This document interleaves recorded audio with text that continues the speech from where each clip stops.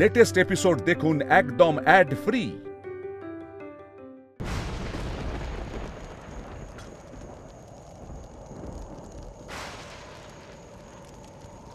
আমার ধৈর্যের পরীক্ষা নেবেন না। আমি পরীক্ষক নই, পরীক্ষার্থী। আর পরীক্ষার্থী পরীক্ষা দেয়, পরীক্ষা নেয় না।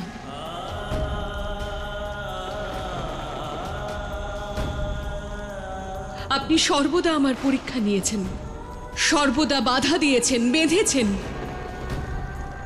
আপনি আমার কালী রূপের উগ্র আর ক্রুদ্ধ রূপকেও শান্ত করেছেন। আর আমি সর্বদা আপনাকে সম্মান জানানোর জন্য আপনার সামনে শান্ত হয়ে এসেছি। কিন্তু এবার আমার পালা। দেখুন, আপনার ক্রোধের মুখোমুখি হওয়ার জন্য সম্মুখীন হয়েছি, কারণ আমি ছাড়া আপনার ক্রোধকে আর কে শান্ত করবেন? কি হলো মহাদেব? ত্রিশূল তুলুন। আপনি থেমে আছেন কেন? চালান ত্রিশূল মহাদেব, চালান। আর আপনার ত্রিশূলের আঘাতে আমাকে অপূর্ণতা থেকে মুক্তি দিন। আমায় অপূর্ণতা থেকে মুক্তি পেতে অন্তিম শ্বাস নেওয়ার সুযোগ দিন। এগোন মহাদেব, এগোন মহাদেব, আর আপনার ত্রিশূল দিয়ে আঘাত করুন আমায়। এগোন, এগিয়ে আসুন মহাদেব।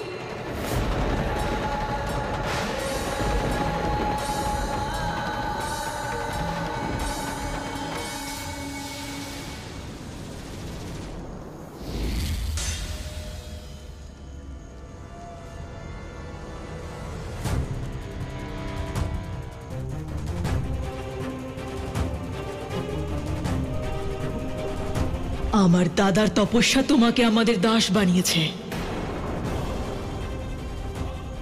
আর দাসের কর্তব্য হলো তার প্রভুর আদেশ পালন করা। তাই তুমি সেটাই করবে যেটা আমরা বলবো। বিশ্বাস হচ্ছে না? ওই দেখো।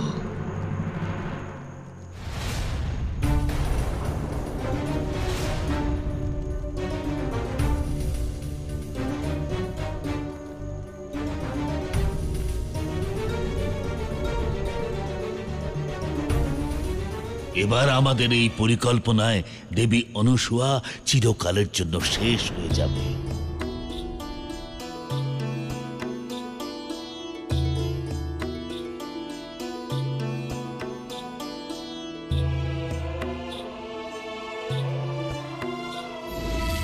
নারায়ণ নারায়ণ। ঋষিবর, এই সাধনা করে আর কোনো লাভ নেই। দেবী অনুসূয়াকে স্বাভাবিক অবস্থায় আনতে আপনার সকল প্রয়াস বিফল হয়ে যাবে মহর্ষি। আপনি এরকম কেন বলছেন দেবর্ষি? কারণ দেবী অনুসূয়া ওনার এই অচেতন অবস্থা নিজেই নির্মাণ করেছেন।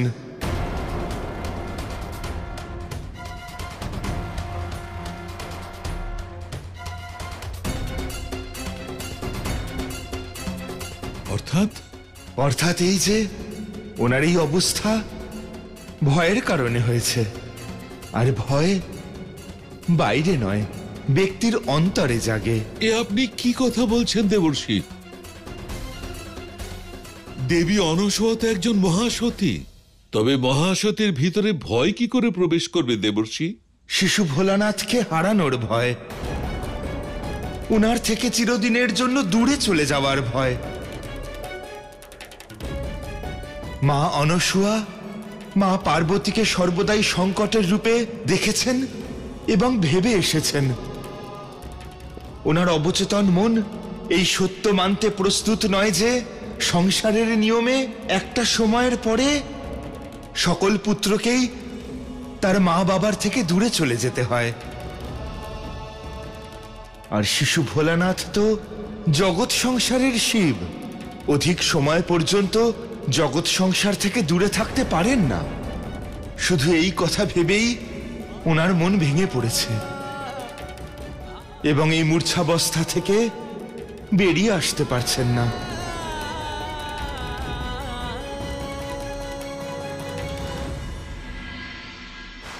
দয়া করে চলে যান এখান থেকে। আপনি আমার মাকে পাষাণের মূর্তিতে পরিণত করেছেন। এই মিথ্যে মিত্র। না না,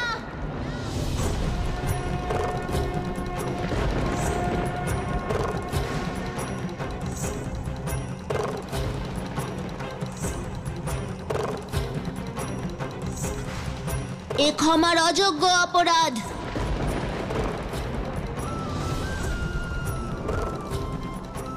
আমি কি করে বোঝাবো আপনাকে মহাদেব? যা আপনি বলছেন তা সত্য নয়, বরং সত্য অন্য কিছু, যা আপনি বুঝতেই পারছেন না। সেই সত্য হলো এই যে আমরা দুজন কেবল মিত্র নই,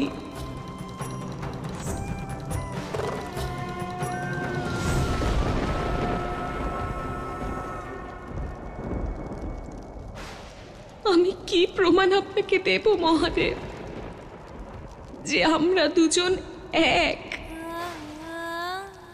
একে অপরকে ছাড়া আমরা অপূর্ণ, কারণ আপনি সনাতন শিব আর আমি আপনার শক্তি। আমরাই সৃষ্টির উৎস আর আমরাই সংহার, কারণ আপনি পুরুষ আর আমি প্রকৃতি। আমরা একে অপরের মধ্যে সমাহিত মহাদেব, আর একে অপরের মধ্যে বিলীন হয়ে যাওয়া দুই প্রিয় কখনো শত্রু হতে পারে না, কখনো না।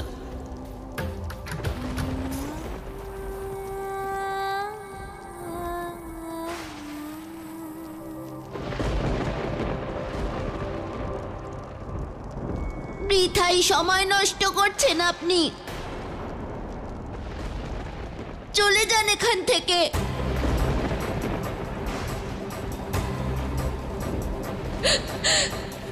চলে যাব মহাদেব, চলে যাব, কিন্তু আপনি আপনার ক্রোধ ত্যাগ করুন। আমি নির্দোষ।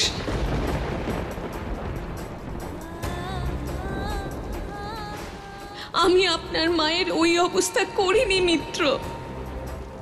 আমায় বিশ্বাস করুন, আপনার এই ক্রোধ অকারণ, নিরর্থক। যদি আপনার এই ক্রোধ শান্ত না হয়, তাহলে আপনার ক্রোধ সংসারকে বিনষ্ট করে দেবে, আমাদের নষ্ট। না, আমার আপনার জন্য কোনো চিন্তা নেই। আমার তো শুধু মায়ের জন্য চিন্তা হয়। নিজের ক্রোধকে শান্ত করার একটাই উপায় আছে, আমার মায়ের কোল, আমার মায়ের মমতাময়ী স্পর্শ, আমার মায়ের ডাক,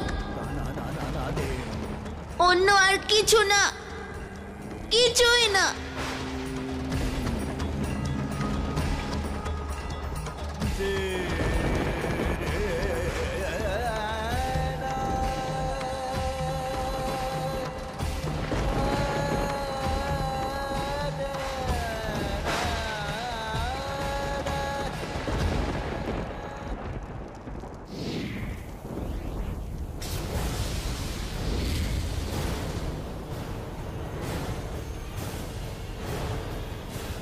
অগ্নি প্রজ্বলিত করো।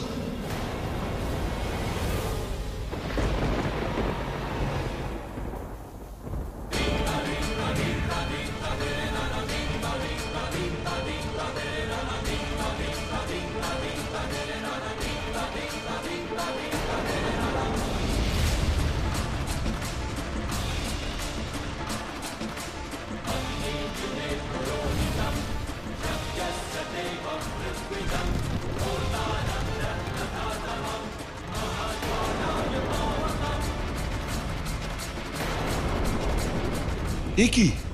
হঠাৎ এই স্থানে অগ্নির প্রভাব এলো কি করে?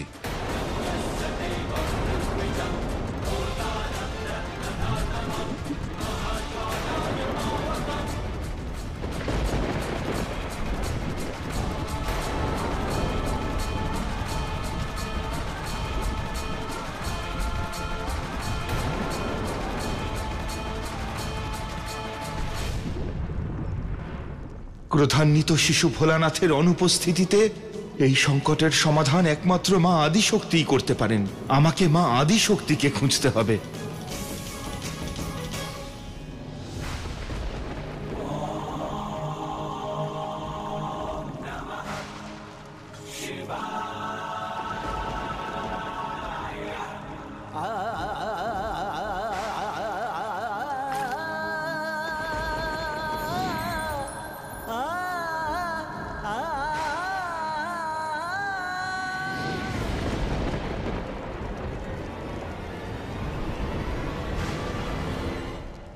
মা আবার সংকটে, এই দুঃসাহস কার?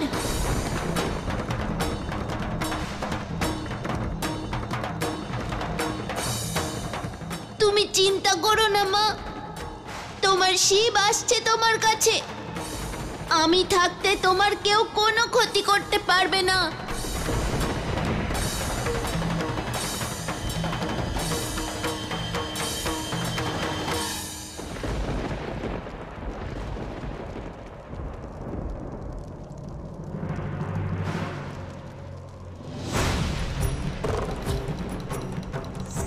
মনে হয় আমার কথার প্রভাব পড়েছে মিত্রর মনে।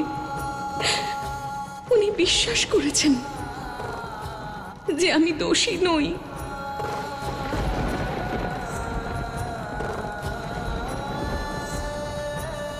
মিত্র, আমার পথ থেকে সরে দাঁড়ান, না হলে নিজের প্রাণ হারাতে হবে।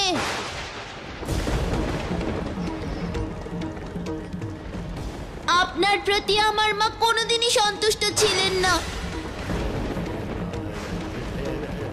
আর তার কারণ বুঝে গেছি আমি। আর এখন আমি আমার মায়ের কষ্ট আর বাড়াতে চাই না। আমি জানি না কারণ, আমি জানি না আপনার উদ্দেশ্য, এও জানি না যে আপনি কোথায় যাচ্ছেন, কেন যাচ্ছেন। আপনাকে প্রশ্নও করব না, কিন্তু একটা অনুরোধ অবশ্যই করব। আপনি যেখানেই যান, আমাকে আপনার সঙ্গে যাওয়ার অনুমতি দিন। আমার সমস্যা কেবল আমারই সমস্যা। আমার সমস্যাকে ভাগ করে নেওয়ার চেষ্টা করার কোনো প্রয়োজন নেই। আপনি আমার সমস্যার থেকেও দূরে থাকুন। আমি একাই যথেষ্ট নিজের মাকে রক্ষা করার জন্য। অন্য কারোর সাহায্যের আমার কোনো প্রয়োজনই নেই।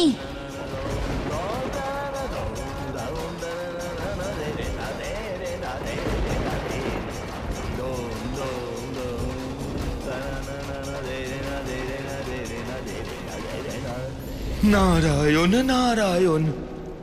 প্রণাম মা। মা, প্রভু যে সংকট থেকে মা অনুসূয়াকে রক্ষা করতে গেছেন, সেই সংকটের সমাধান খুঁজতে আপনিই পারেন ওনাকে সাহায্য করতে।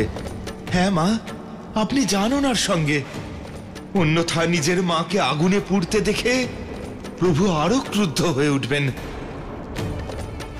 আর যদি সত্যি এমনটা হয়, জগৎ সংসারকে প্রলয়ের হাত থেকে কেউ রক্ষা করতে পারবে না।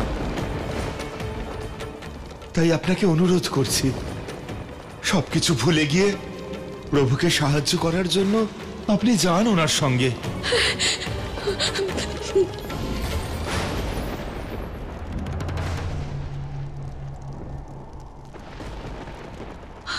তোমরা হঠাৎ? সংবাদ দিতে এসেছি। সংবাদ?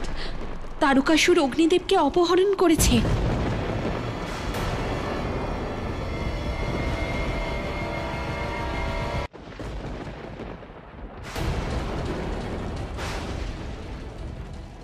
ওনাকে নিয়ে পাতাল লোকে চলে গেছে। আর পাতাল লোক এমন এক স্থান যেখানে শিশু ভোলানাথ শক্তিহীন হয়ে পড়বেন। যদি অপরাধের সন্ধানে উনি ওখানে পৌঁছে যান তাহলে অত্যধিক উষ্ণতার কারণে সম্ভবত ওনার ক্রোধাগ্নি আরো প্রজ্বলিত হয়ে উঠবে। তখন আবার উনি অগ্নিদেবের বিনাশ না করে বসেন। এটাই তো ভয়ের। না, এরকম হবে না। অগ্নিদেব নিজেই পবিত্রতার প্রতীক। আমি ওনার অস্তিত্ব সংসার থেকে বিলীন হতে দেব না। আমি বাধা দেব মহাদেবকে, আমি বাধা দেব ওনাকে।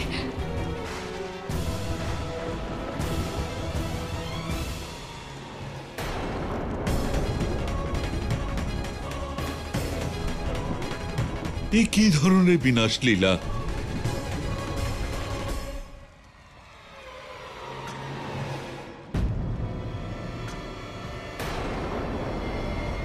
শিব, না পুত্র, এখানেই দাঁড়াও পুত্র, আর ওদিকে যেও না, যেও না। মা, শিব, ওদিকে যেও না।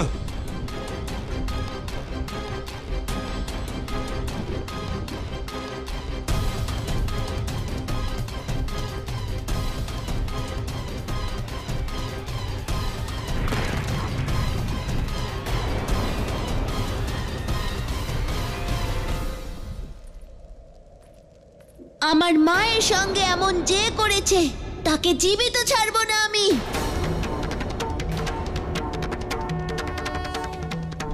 শিব,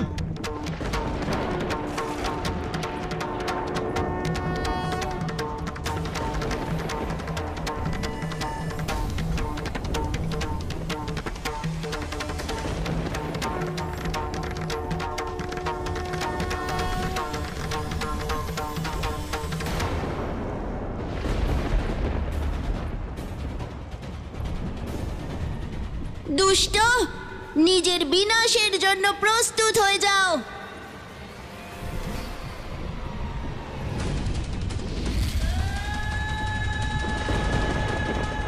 মহাদেব!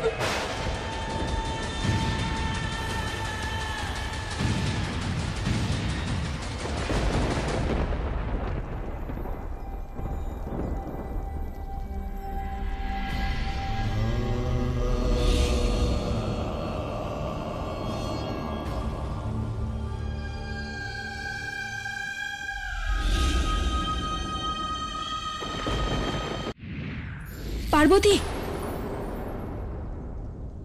আমরা তোমাকে পাতাল লোকে যেতে দিতে পারবো না। কেন?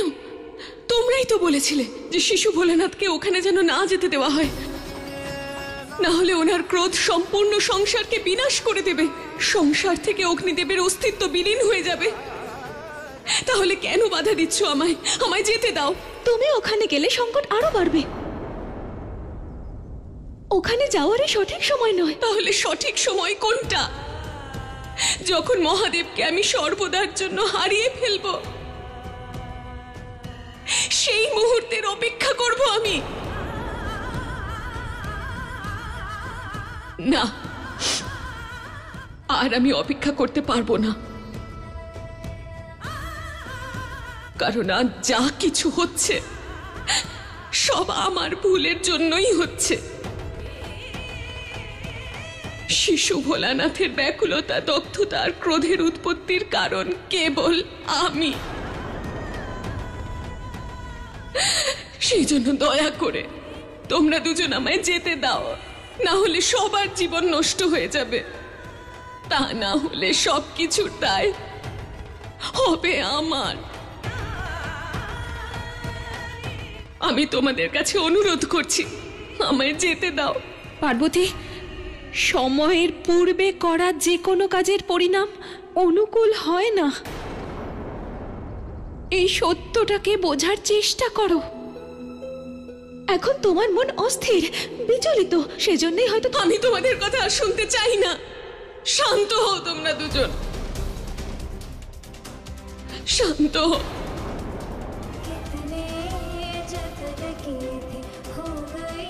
আমার মহাদেব, ও মহাদেব, আমায় ক্ষমা করে দিন। আপনার গিরিজাকে ক্ষমা করে দিন, ক্ষমা করে দিন মহাদেব।